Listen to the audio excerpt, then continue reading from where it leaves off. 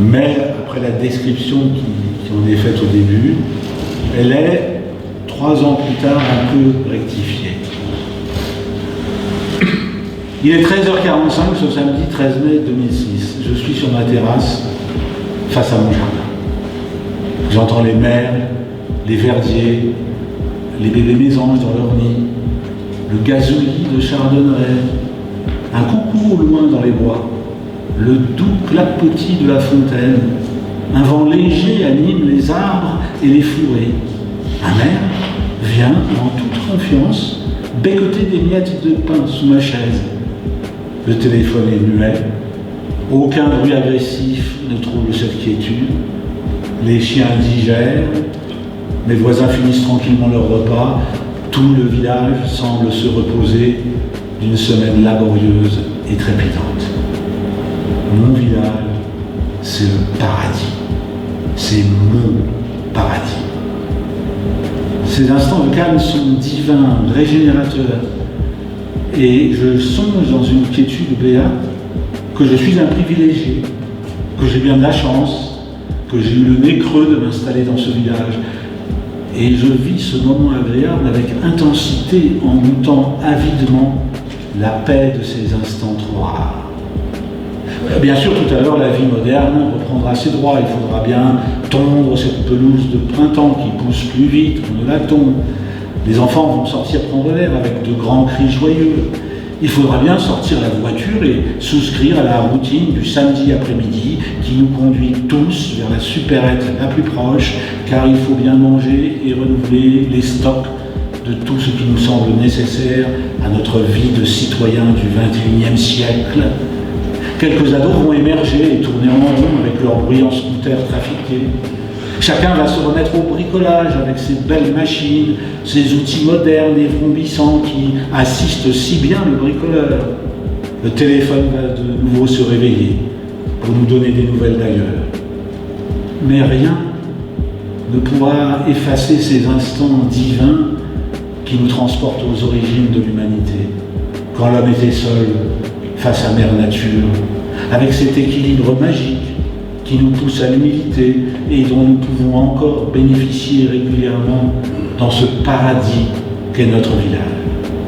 Bien sûr, tout n'y est pas parfait. Les trottoirs y sont malaisés et franchement casse-gueule par endroits.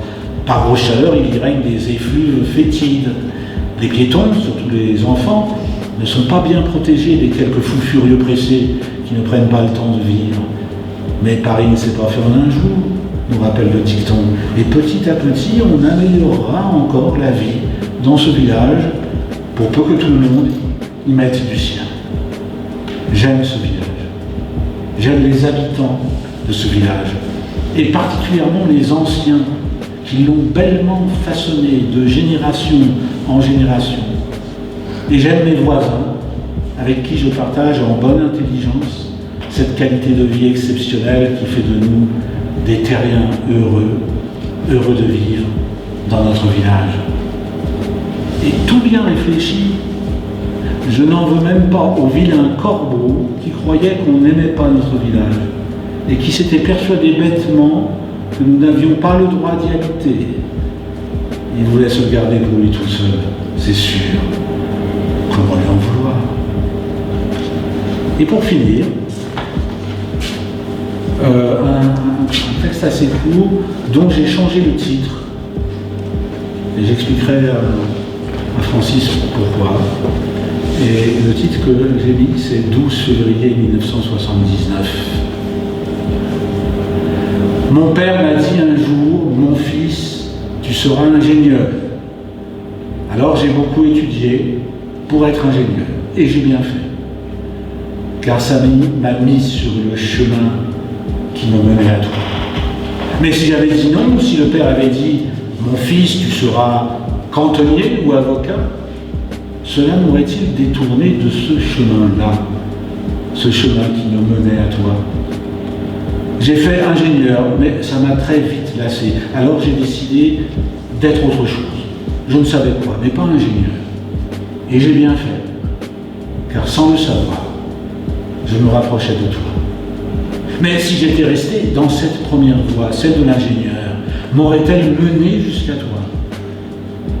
J'ai fait autre chose et encore autre chose et souvent rien du tout. Qui me poussait à faire tout ça? Je ne savais pas qu'à chaque fois que je changeais de direction, que je refusais d'aller ici, que j'acceptais d'aller là-bas, que j'allais tout droit vers toi, par ces chemins biscornus que j'empruntais sans savoir, ou par le plus grand des hasards, des chemins dont je manquais l'entrée ou que j'oubliais de prendre, comme celui où j'aurais dû mourir. Mais je ne suis pas mort, et pour cause, je suis avec toi, et c'est bon d'être avec toi. Et maintenant, je sais où je vais, où tu iras, j'irai.